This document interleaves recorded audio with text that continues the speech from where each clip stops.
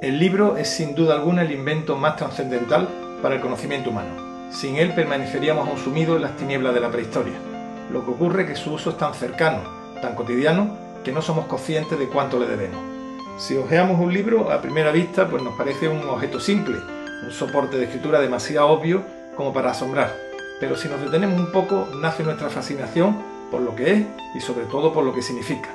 Un libro es fruto de una evolución milenaria. Es un auténtico prodigio tecnológico que ha moldeado nuestra mente y nos ha hecho evolucionar como personas y como sociedades. Por eso merece la pena que conozcamos un poco más a fondo su fascinante historia. La historia del libro, evidentemente, va íntimamente ligada a la de la escritura.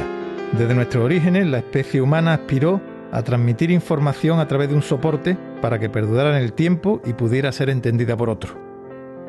Los más primitivos fueron las pinturas rupestres y los grabados en piedra, marfil, hueso, madera o corteza de árboles. Pero no sería hasta mucho después, ya a finales del Neolítico y a principios de la Edad del Cobre, cuando se comenzaron a desarrollar los primeros rudimentos de escritura. El principal soporte, además de la piedra y el barro, sería la madera. Así, las raíces biblos y liber nos remiten a la corteza de los árboles y a las plantas. En el tercer milenio a.C., asirios y después sumerios comenzaron a usar tablillas de barro cocido como soporte de sus leyes y contabilidades, grabadas en escritura cuneiforme, como el famoso Código de Hammurabi. En China se tiene constancia que desde el segundo milenio a.C. ya se utilizaban láminas de bambú unidas por cuerdas como libros primitivos. Posteriormente, a veces, también usaron la seda como soporte. Pero el gran avance en la escritura se dio en el antiguo Egipto con el uso del papiro, al menos 3000 años antes de Cristo. El papiro se obtenía de la planta del mismo nombre, muy abundante en el Nilo y que unidas entre sí formaban rollos al encolar unas hojas con otras. Los volúmenes de papiro podían alcanzar bastante longitud al desenrollo, como la crónica del reino de Ramsés II, que se extiende más de 40 metros. Los cilindros de papiro, auténticos libros ya, fueron usados durante el mundo clásico también por griegos y romanos.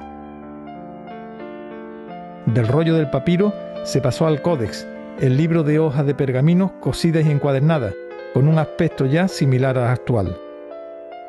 Durante la Edad Media, los libros se copiaron sobre pergamino en los monasterios por copistas amanuenses que escribían primorosamente a mano, por lo que estos libros se llamaron manuscritos.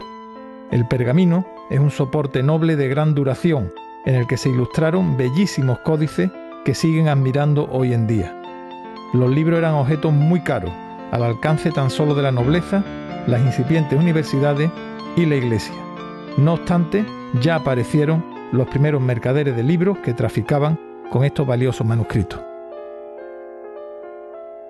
El papel, traído por los árabes a partir del siglo XI, fue poco a poco ganando terreno al costoso y lujoso pergamino.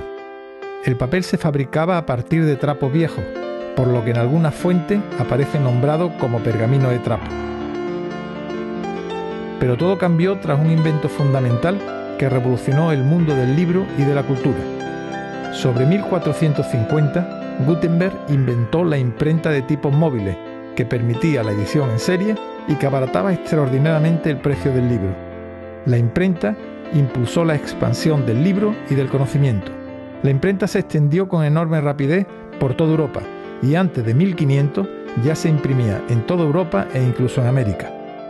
Los libros impresos antes de 1500 se conocen como incunables y alcanzan un gran valor en nuestros días. Los impresores fueron también los primeros editores, los mercaderes de libros se multiplicaron y las bibliotecas privadas comenzaron a florecer. Nació una nueva etapa en la historia del conocimiento. Las imprentas y las tintas evolucionaron y el libro se fue progresivamente abaratando. Pero sería el uso del papel de celulosa, a partir del siglo XVIII, el que hizo accesible el libro al gran público.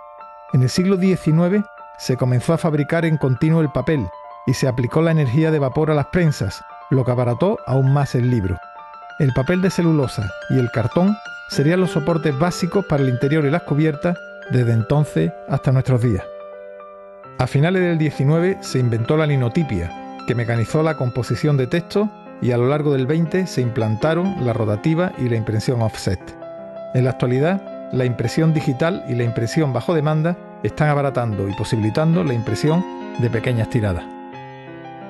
Como fruto de su larga y emocionante historia, el libro ha evolucionado hasta convertirse en este objeto bellísimo, sabio y útil, que nos enseña, nos divierte, nos seduce y nos enamora. Con toda probabilidad el mayor prodigio tecnológico y cultural de todos los tiempos, lo que le garantiza, afortunadamente, una larga y fructífera vida.